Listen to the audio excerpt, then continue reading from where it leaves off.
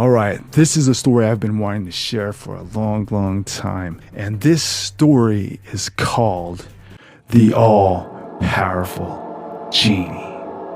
All right, so imagine this. There is a man going to a market somewhere in the Middle East, okay? And he is going into this market and he comes across a merchant who claims he has a magical lamp for sale and it contains an all-powerful genie. And the man's intrigued. But the merchant warns him that if you do not keep this all-powerful genie busy, it will consume you. But the man's not worried about that at all because he's like, I have enough wishes to keep this genie busy for the rest of my life. And so he purchases the magical lamp. He takes it. He can't wait to get home to use it. So he takes it home. He rubs the lamp and an all-powerful genie appears. It's very menacing, hovers above him and says, "What is thy bidding, master?" And the man says, "I wish for the fanciest of carriages pulled by 6 magnificent stallions."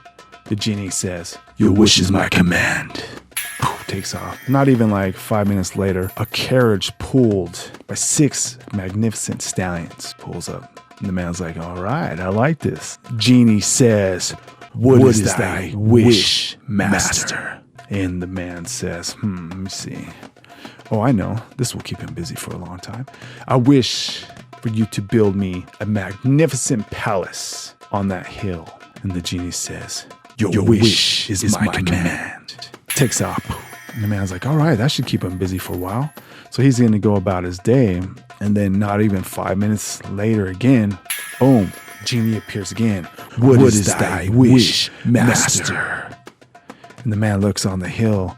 And sure enough, there's a magnificent palace on the hill, completely built. And he's just like, he did that super fast. And he's like, wow. For the first moment, he's actually doubting on whether or not he can keep this genie busy. And then he's like, fill the palace with magnificent treasures from all over the world. And the genie says, thy wish is my command, master. The genie takes off. And the man's like, all right, I should keep him busy for a while because he's going to have to go around the world. He's going to collect all this stuff, fill it up. Should take him. And the genie's back. And he says, what is thy wish, master? The man's like, he already did this already. And now he knows that he cannot keep this genie busy for very long, let alone a lifetime. And as he's thinking about this, the genie's getting bigger and more upset. He's like, what is thy wish, master? If you do not give me something to do, I will consume you. And the man's like, make me the wealthiest man in the world. The genie says, thy wish is my command. And he takes off. And now the man's like, he's like, oh no. And he takes one of the stallions off the carriage and he rides it into town as fast as he possibly can because he's in trouble. He cannot keep this genie busy and he now knows it. And he comes across the merchant and the merchant says, I warned you. If you're not able to keep that genie busy, it will consume you. And the man's like, I know. And I can't. What do I do? And the merchant, feeling bad for him, says, I can't help you. There's a wise sage in town that can. Go to him. If he can't help you, no one can. So the man rides the stallion as fast as he can, looking around, hoping that genie doesn't appear at any moment. And he finds the wise sage sitting in a park, just doing his thing. And the man goes up to him and tells him his predicament. And without saying a word, the wise man reaches over, plucks the curly hair from the man's head, and gives it to him. And now the man's like, what am I supposed to do with this? And the wise man says, have the genie straighten it when the genie has nothing to do. And then the man's like, okay. And he hops on a stallion. He's not even halfway home before that genie reappears. And the genie's like, what is thy bidding, master? And the man says, shaking, I wish for you to straighten this hair. The genie takes it, looks at the hair, pulls it, trying his best to straighten that hair out.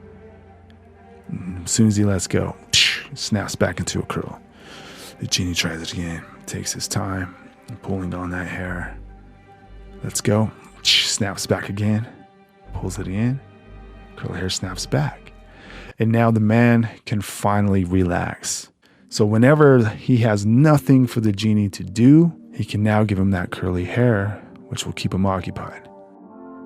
All right, so what does this story mean, right? Bride's like, wasting my time telling me these childish stories. Or am I? So it makes perfect sense once you realize what the all-powerful genie represents. And what the all-powerful genie represents is our minds. This genie between our ears, this brain of ours, can make all of our wishes come true. If we put enough effort and focus into it, we can make all of our wishes come true. But it's a double-edged sword. At the same time, if we do not take conscious control of our mind, then it can turn on us and consume us through negative thoughts and negative thinking. Just think of times, especially at night, as people, me included, try to go to sleep, think of all these random thoughts that'll enter your mind. And before you know it, you're feeling sad. People you may miss, think of relationships that went sour, situations at work, etc. Just goes on and on. Before you know it, now you're just like, you're in a bad mood. You wake up in a bad mood and it just goes on from there. That is our minds, that all-powerful genie starting to consume us. So now what does that curly hair represent? All right, so the curly hair represents, wait for it, meditation. That's right. Now you're like rolling your eyes like, oh, here we go. No, meditation, seriously, meditation is a great way to learn how to control that all-powerful genie.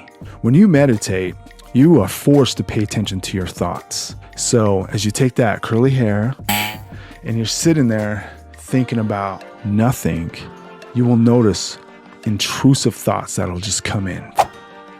It could be about anything. We have things to do. We don't have time to be sitting here doing nothing. You let that thought go, recognize it for what it is, and just let it float away like a cloud, and you go back to meditating.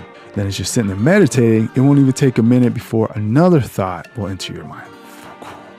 Remember what so-and-so said to you at work today? How dare he or she or whatever, right? Trauma.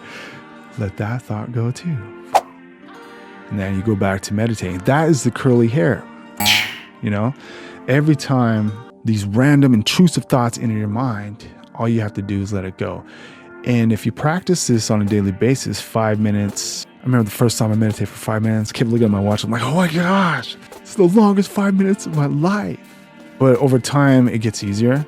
So I went from 5 to 10 to 20, and now I can meditate for like 45 minutes. And one of my most favorite times to meditate is when after I go hiking, and I'll sit somewhere up on the mountain, like on a rock or a ledge or something, and I'll just be sitting up there meditating, you know, listening to the birds and the city down below. Oh. And when I'm done, I'm so at peace. I almost come down like almost floating on clouds or something. It's beautiful. And you'll start to experience that too. It almost feels like you took a nap. You feel refreshed afterwards. That's the only way to describe it. You feel refreshed and at peace, like you're ready to take on anything. It's like a mental break. That's what meditation does. And here's another one of the benefits of it. Now when you're in your day-to-day life, you'll start to pay attention to your thoughts more, conscious attention to your thoughts. So when these negative thoughts enter your mind, like when you're at work or when you're driving or whatever, you'll be like, okay, why am I thinking about this? It's just going to put me in a bad mood. I don't need to go there right now. Just let it go and move on and go back to that curly hair. Now you're starting to practice meditation in life and work in life. And as a result, you're becoming more of a calm person. Now, we've all met people that have this inner sense of calm. You can feel it when you're around them. You enjoy being around them because they have this chill, this permanent chill mode going on. That's most likely wise because they do practice meditation. Very spiritual people. You'll know it when you come across them, when you're in tune. So that's the meaning of the all-powerful genie and the curly hair. I always say that there's no change without challenge. So that is my challenge to you to meditate. Practice meditating this week, 5 minutes. And you don't need to download some fancy app on your phone. You don't need to pay a monthly fee or anything like that. This is free. just find a spot in your house or even outdoors somewhere and sit down for 5 minutes, set a timer, practice thinking about nothing and paying attention to your thoughts when they enter. All right, so practice that this week and leave comments down below if you did and what your experiences were with it, because I love reading those comments. It helps me know that the stuff that I'm sharing is actually helping other people, because the best way to grow is by growing others. And if you need more instruction on this, I do one-on-one coaching sessions and consultations. But if you're interested in that, DM me and we can arrange something, all right? And I'll give you more details on it. But with that said, I want to thank all of you for taking the time to listen to me here. Just remember to control that all-powerful genie, that mind of ours. Super powerful. It can do amazing things.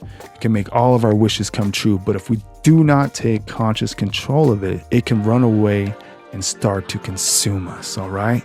Don't let that happen to you. Let's put it to use in a constructive way to make the world a better place, because that's what this is all about anyway. That's why I do what I do. If you're doing the same and you're like-minded, join my community, like this video, make comments down below that I am part of Tribe 360, okay? And with that said, you have been listening and watching Brighthearted 360. Until next time.